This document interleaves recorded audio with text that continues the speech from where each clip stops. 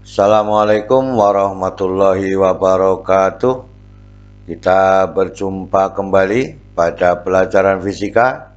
Pada pertemuan ketiga atau video ketiga, kita akan membicarakan materi pada hukum pertama Kirchhoff, bagian dari listrik dinamis atau listrik arus searah. Semoga kita selalu diberikan nikmat kesehatan dan juga keluarga kita, sehingga kita dapat beraktivitas seperti biasanya. Juga semoga paparan video ini dapat membantu dan mempermudah belajar, sehingga dapat menyelesaikan permasalahan pada hukum pertama Kirchhoff atau keseluruhannya adalah pada listrik arus searah. Namun demikian, sebaiknya kita mengetahui tujuan pembelajaran pada listrik arus searah. Maka setelah belajar, para siswa atau peserta didik mampu menerapkan hukum pertama Kirchhoff dalam pemecahan masalah listrik searah setelah mempelajari tentang hukum pertama Kirchhoff. Jadi dengan demikian, hukum pertama Kirchhoff ini tidak lepas dari yang pertama adalah kecepatan muatan listrik atau kuat arus listrik, dan juga pada hukum Ohm, juga pada rangkaian seri dan paralel. Maka dengan demikian, semoga tujuan ini tercapai dengan baik sehingga dapat menyelesaikan permasalahan-permasalahan yang terjadi pada hukum pertama Kirchhoff. Kita lanjutkan. Ini adalah salah satu bentuk dari hukum pertama Kirchhoff. Yang pertama adalah rangkaian tertutup tapi tidak bercabang.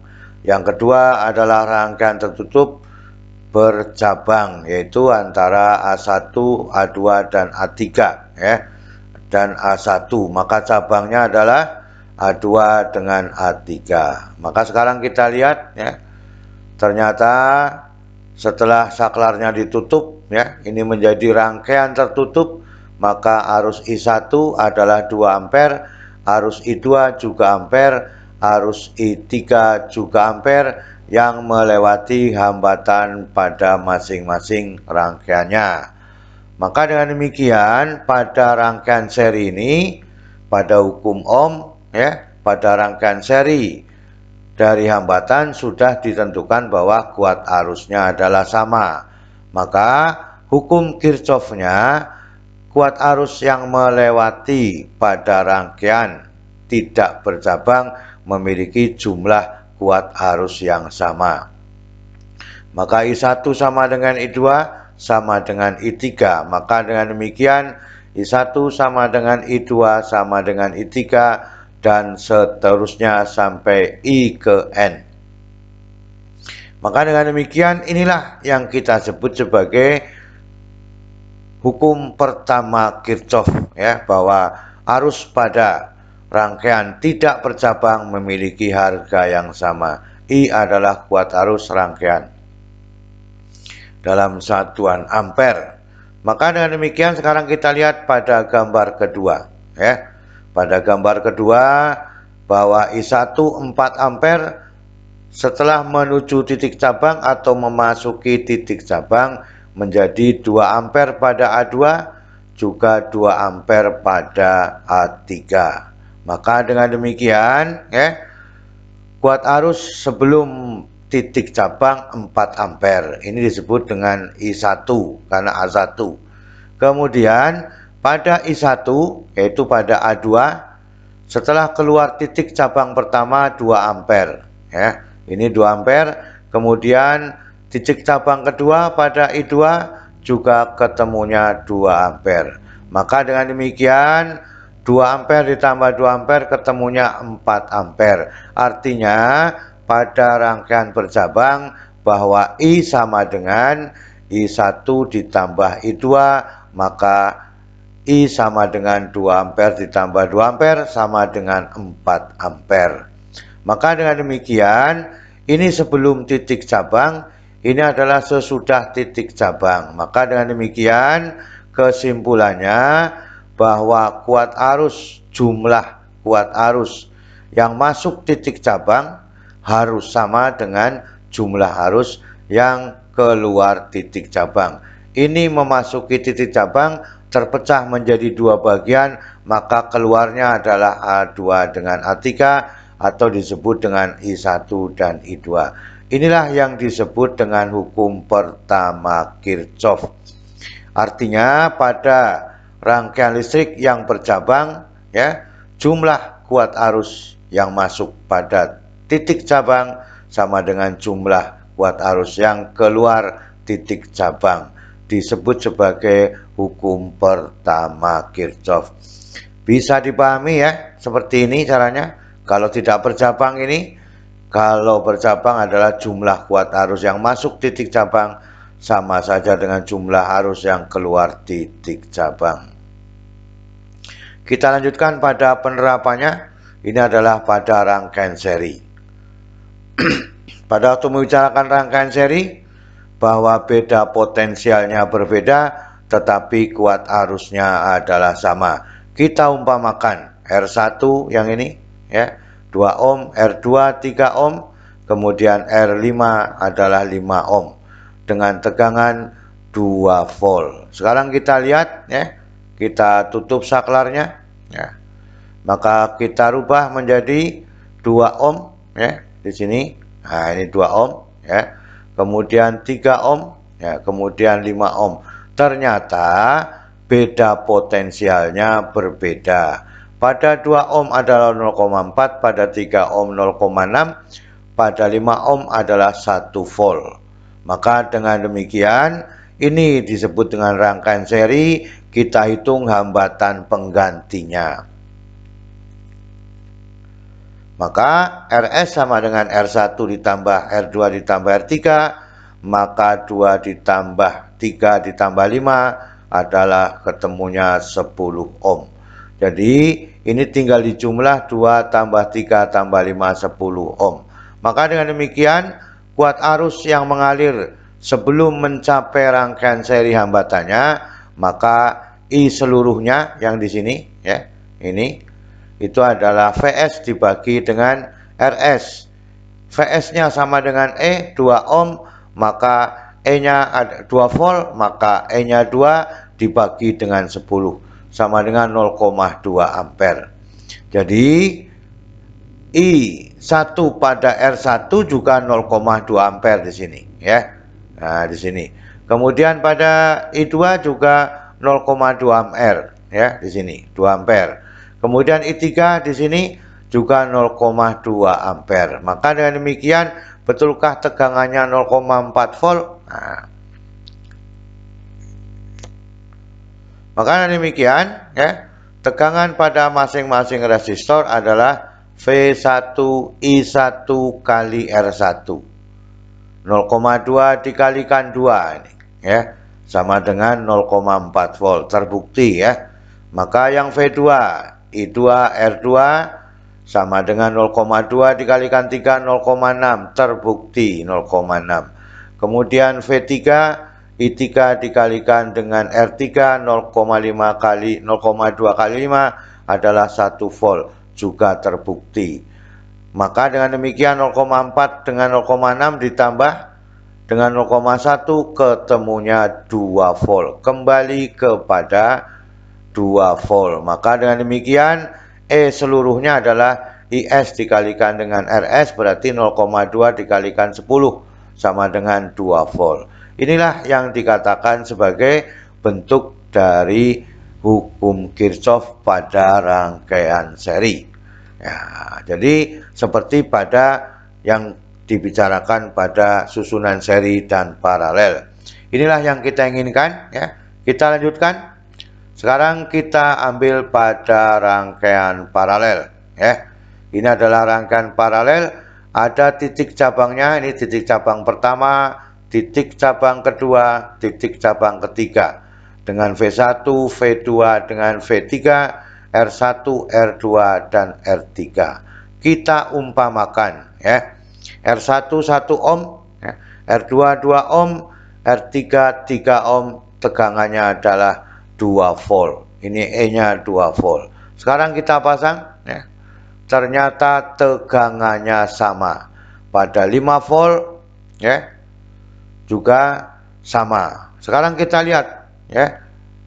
1, kemudian 2, kemudian 3. Nah, ternyata tegangannya juga sama, 2 volt, 2 volt, dan seterusnya. Maka sekarang kita lihat hambatan pengganti seri. Nah, maka 1/Rp sama dengan 1/R1 ditambah 1/R2 ditambah 1/R3. Nah, maka dengan demikian 1/1 ditambah 1/2 ditambah 1/3, maka ketemunya adalah 11/6. Ini dibuat per 6. 6 ditambah 3, ya, ditambah 2, maka 11/6, maka Rp-nya sama dengan 6/11 ohm.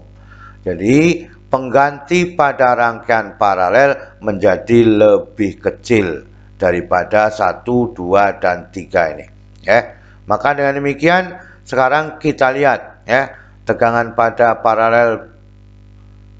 rangkaian paralel pada titik cabang masing-masing adalah sama. Maka dengan demikian Vp sama dengan V1 sama dengan V2 sama dengan V3 sama dengan E sama dengan 2 volt.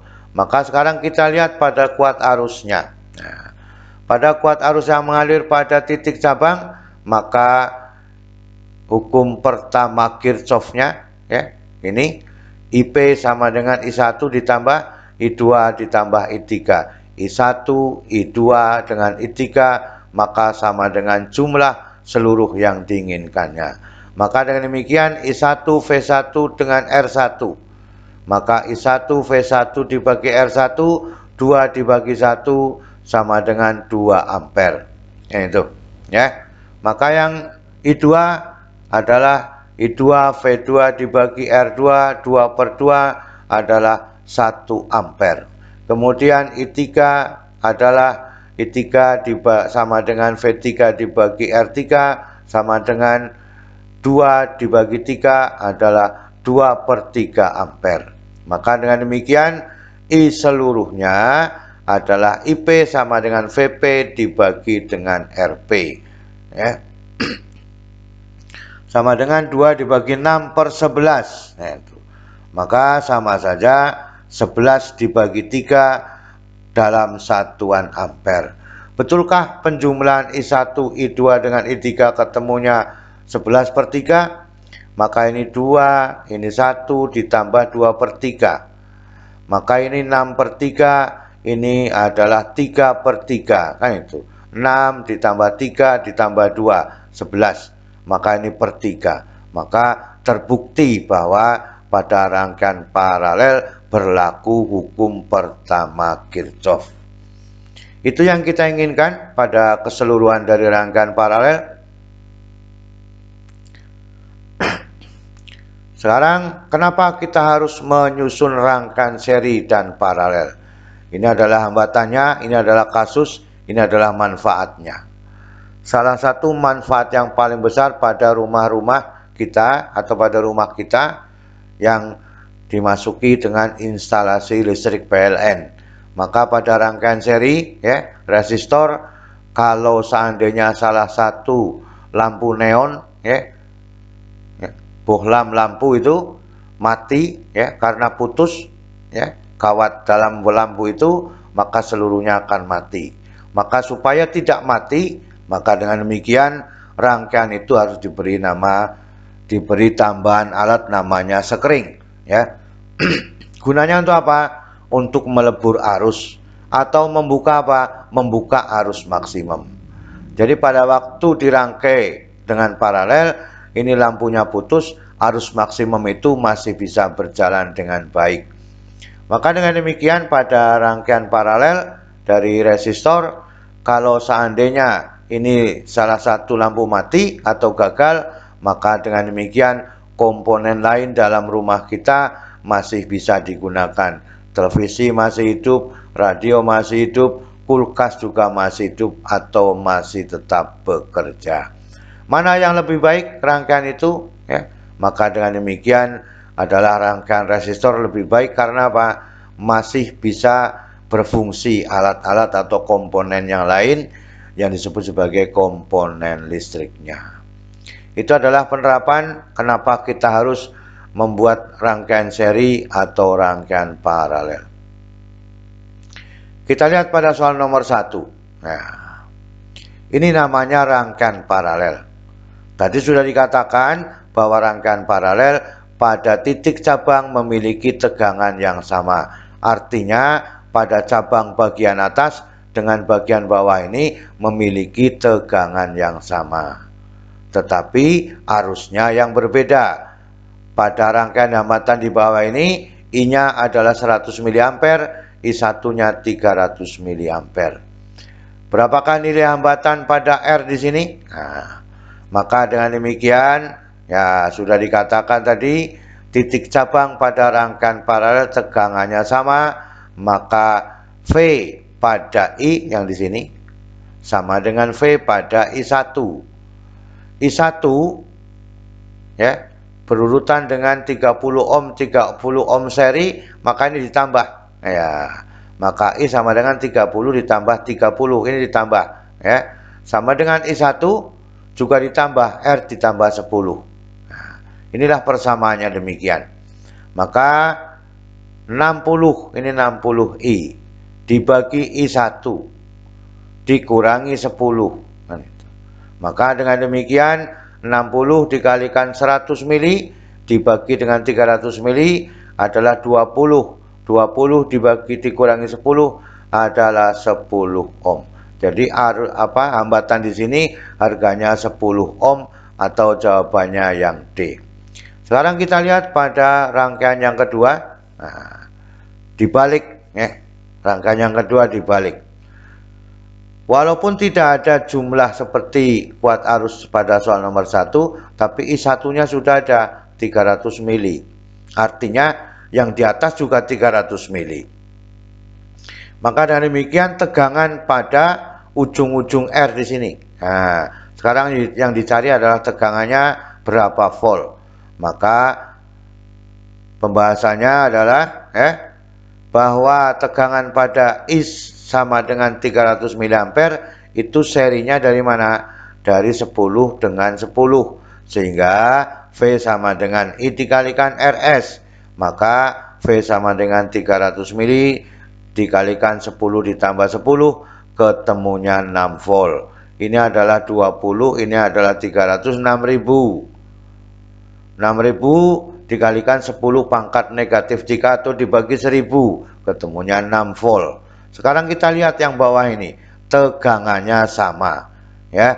Berapakah yang diambil pada R ini? Maka dengan demikian kalau tegangannya sama, maka susunan paralel pada titik cabang adalah sama. Maka nilai R 30 ohm yang ini harganya 30 ohm ini ya. Maka dengan demikian V sama dengan IR. Nah, kita anggap saja nih IR seluruhnya ya.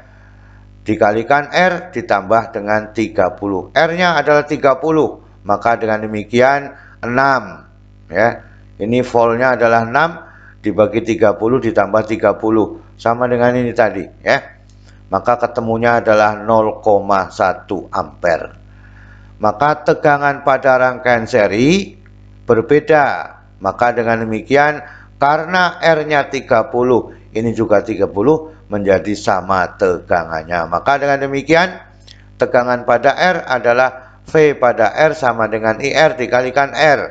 Maka 0,1 kali 30 adalah 3 volt. Jadi tegangan di antara hambatan R ini adalah 3 volt. Maka jawabannya adalah yang B. Dari 1 dengan nomor 2 bisa dipahami? Soalnya sejenis tapi yang dicari adalah berbeda. Kita lihat pada soal nomor 3. Jadi kuat arus yang melewati 6 hambatan 6 ohm. Ya, ini dengan di sini. Tetapi rangkaiannya adalah seri-seri. Itu. Walaupun pada yang terakhir titik cabangnya ini adalah seri dan paralel, tetapi harus melakukan semuanya adalah seri. Berapakah kuat arusnya? Kita bahas bersama-sama. Seri pada 4 dan 2 yang di sini. Nah, maka RS sama dengan 4 ohm ditambah 2 ohm sama dengan 6 ohm. Ini 6 ohm. Nah, kemudian diparalel dengan 6 ohm. Maka 6 ohm diparalel 6 ohm, maka RP-nya sama dengan 6 dibagi 2. Berarti ada 2 yang identik ya. Maka R dibagi dengan N ya. 6 dibagi 2 sama dengan 3 ohm. Jadi di sini 3 ohm. Ya, di sini 3 ohm. Maka dengan demikian seluruhnya adalah di seri, maka 2 ohm, 2 ohm, 2 ohm, 2 ohm, 3 ohm, 3 ohm. Maka dengan demikian menjadi RS-nya 2 ohm ditambah 3 ohm ditambah 3 ohm ketemunya 8 ohm. Maka kuat arus totalnya adalah V dibagi dengan RS sama dengan 12 dibagi 8. 3/2 ampere. Jadi arus yang di sini, siapa yang sama arusnya 3/2 ampere adalah 2 ohm dan 3 ohm. Maka dengan demikian seluruhnya akan sama kalau pada RP-nya tadi, yaitu sebesar 3 ohm. Maka dengan demikian tegangan pada rangkaian paralel pada VP sama dengan I dikalikan dengan RP yang di sini ya. Tegangan pada rangkaian paralelnya adalah RP-nya 3 ohm, maka I dikalikan dengan RP, maka sama saja VP sama dengan 3/2 dikalikan 3 ini. Maka ketemunya 9/2 volt. Baru kita bisa menghitung kuat arus pada rangkaian paralel di sini, yaitu memiliki tegangan yang sama tetapi arusnya berbeda. Maka dengan demikian yang melewati 6 ohm, I6 sama dengan VP-nya ini dibagi dengan 6. Yang ini adalah 6. Maka dengan demikian 9/2 dikalikan dengan 1/6 ya. Maka ini 3, ini adalah 2. Maka 6 sama dengan 3/4 atau 0,75 dalam satuan ampere. Jadi jawabannya adalah yang E. Diturut persamaan satu persatu, kemudian teliti menghitungnya, maka kita akan selesai dan betul mengerjakannya. Itulah yang dapat disampaikan pada kesempatan kali ini, ya, pada pertemuan kali ini. Semoga bermanfaat bagi kita semua dan bisa menyelesaikan persoalan-persoalan pada listrik arus arah untuk hukum pertama Kirchhoff. Selalu semangat belajar, selalu semangat belajar. Terima kasih. Wassalamualaikum warahmatullahi wabarakatuh.